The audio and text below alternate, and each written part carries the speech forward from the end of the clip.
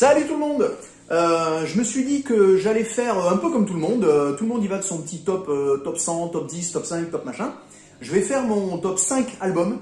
Mes albums de chevet, les albums avec lesquels j'ai grandi, les albums dont le son m'a aidé à forger mon son de guitare, les albums que j'écoute encore hyper régulièrement. Voilà. Donc, sans plus attendre, c'est parti, top 5.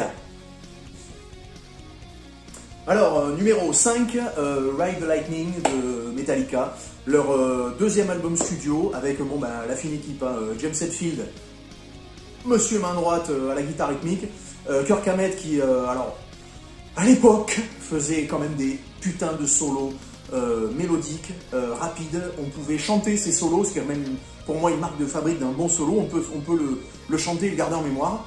On avait Lars Ulrich. On parle de Lars Ulrich 30 secondes. C'était quand même un putain de batteur jusqu'au Black Album. Pour moi, c'était quand même un méga batteur. Rapide, un son reconnaissable et des mises en place de folie parce qu'il y a certaines mesures composées, etc. Un super batteur. Et après, je sais pas ce qui s'est passé. Lars prend des cours, je sais pas moi, fais quelque chose.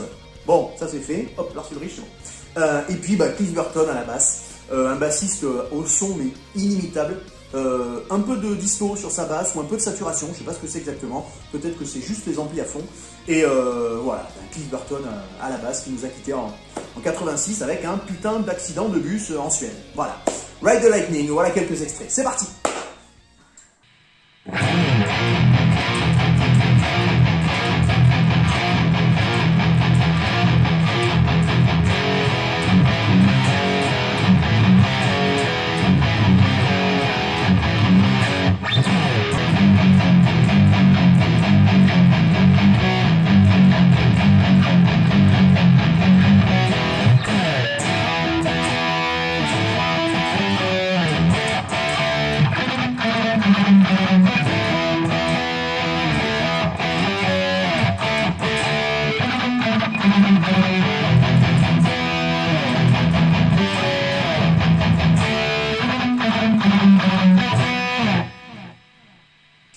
Alors, numéro 4, Seasons in the Abyss de Slayer.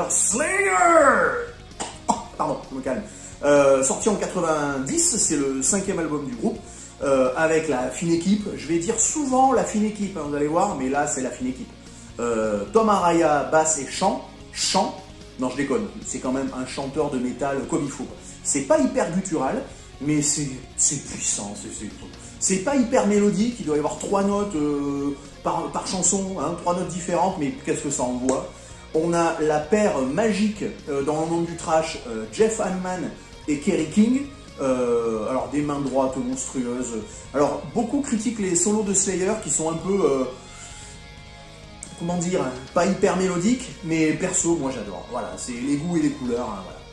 Et derrière les fûts, on a Dave Lombardo qui maintenant joue avec Suicidal Tendencies, un autre de mes groupes phares. Voilà, et qu'est-ce que ça envoie. La production est assez crue, assez brute pour un album sorti en 90, mais moi ça reste un des albums que j'écoute hyper souvent, et qu'est-ce que ça patate quoi. Voilà. Allez, on s'écoute ça de suite.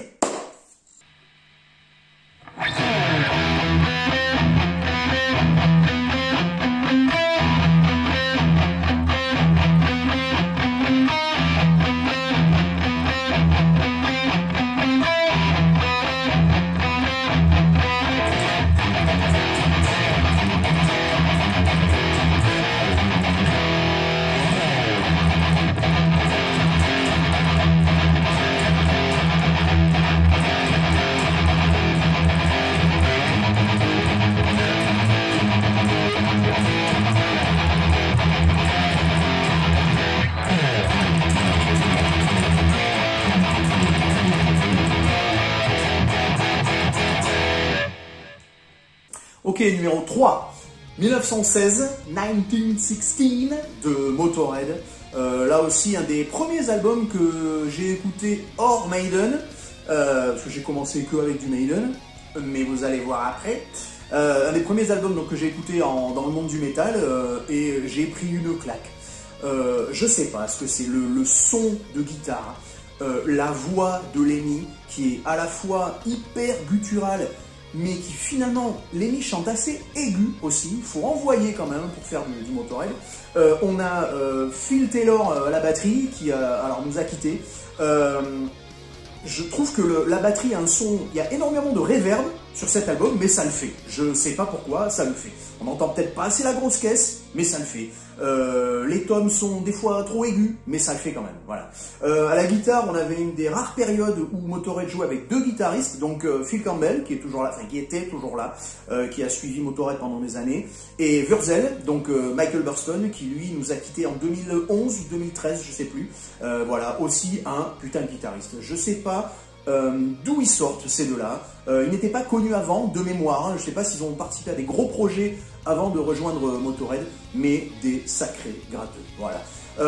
1916, on s'écoute ça de suite.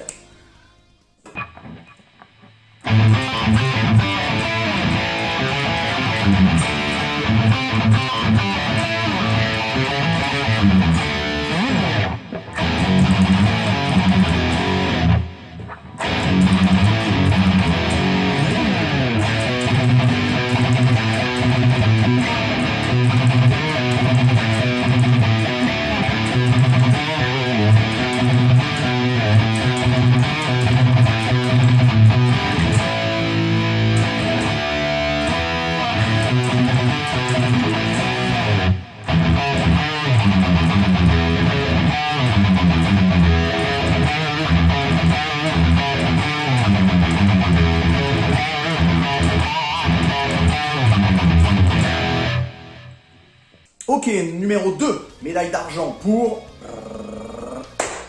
Rust in Peace de Megadeth. C'est leur 4e album studio et c'est une pierre angulaire déjà dans la carrière du groupe. C'est à partir de cet album que ça a vraiment décollé après et qu'ils ont dépassé des millions de ventes, etc. Je dis souvent, hein, alors je dis pas fort, que la meilleure chose qui soit arrivée à Dave Mustaine, c'est d'avoir été viré de Metallica, quoi. Voilà les albums qu'il nous a pondus après. Merci. Voilà, donc je disais une pierre angulaire dans le monde du thrash metal ou speed metal, enfin appelez ça comme vous voulez. On a encore la fine équipe, hein, j'avais dit que j'allais le dire plusieurs fois. On a donc le patron, hein, Dave Mustaine et Dave Ellefson, qui eux sont stables. Hein, voilà, alors Dave Mustaine, la guitare, au solo, chant, composition. Alors chant, il est souvent décrié. Hein. J'ai lu dans une interview qu'il disait lui-même que quand il chante, on dirait deux chats qui se battent. Voilà, mais bon, moi j'adore, hein, personnellement, sa voix.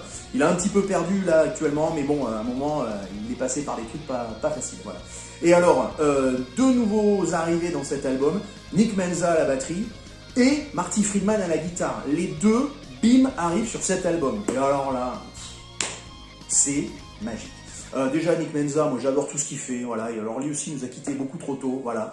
Je ne sais pas pourquoi, aucune raison, voilà, je ne sais pas, voilà. Et alors Marty Friedman, qui lui, en guitare, sort des sentiers battus, il a un jeu mais de suite reconnaissable, des gammes un peu exotiques, quand il repasse en pentatonique, ça sonne, enfin c'est fabuleux, voilà, Marty Friedman, quoi. Allez, on s'écoute ça de suite.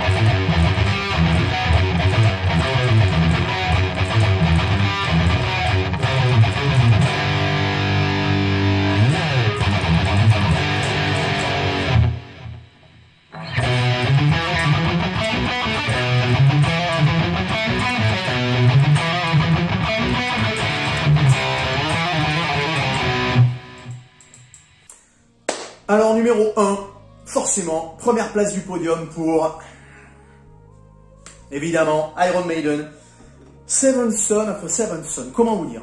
C'est le premier album vraiment de métal que j'ai écouté.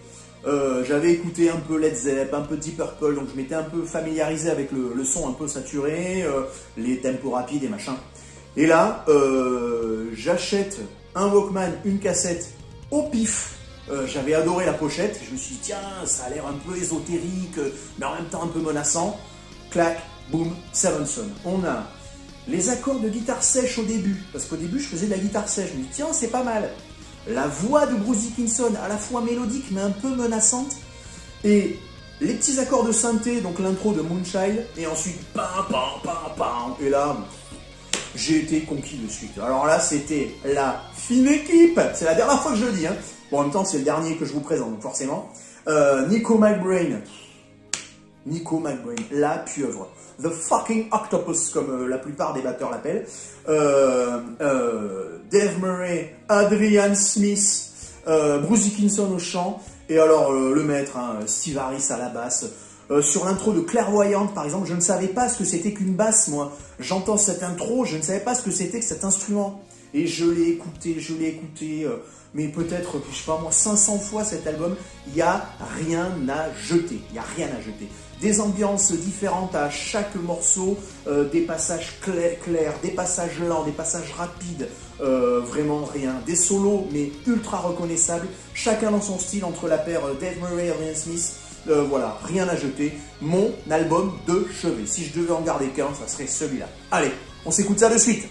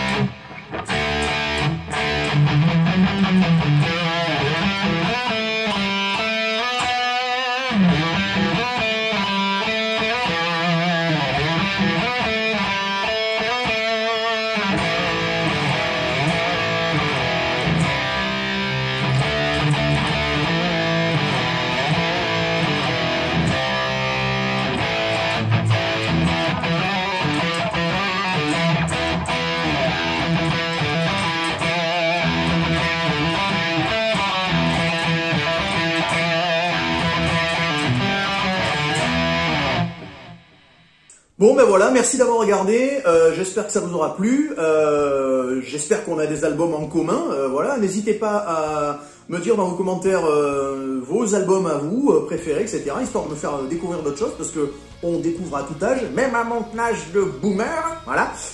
Et puis j'aurais pu en citer d'autres, hein, les albums Appetite for Destruction de Guns N' Roses, Suicidal for Life de Suicidal Tendencies, voilà, mais j'en ai encore plein. Mais bon, après ça fait une vidéo longue et chiante, voilà, donc voilà. Et ben n'hésitez pas à liker, à partager, et puis on se retrouve très vite. Allez, à plus!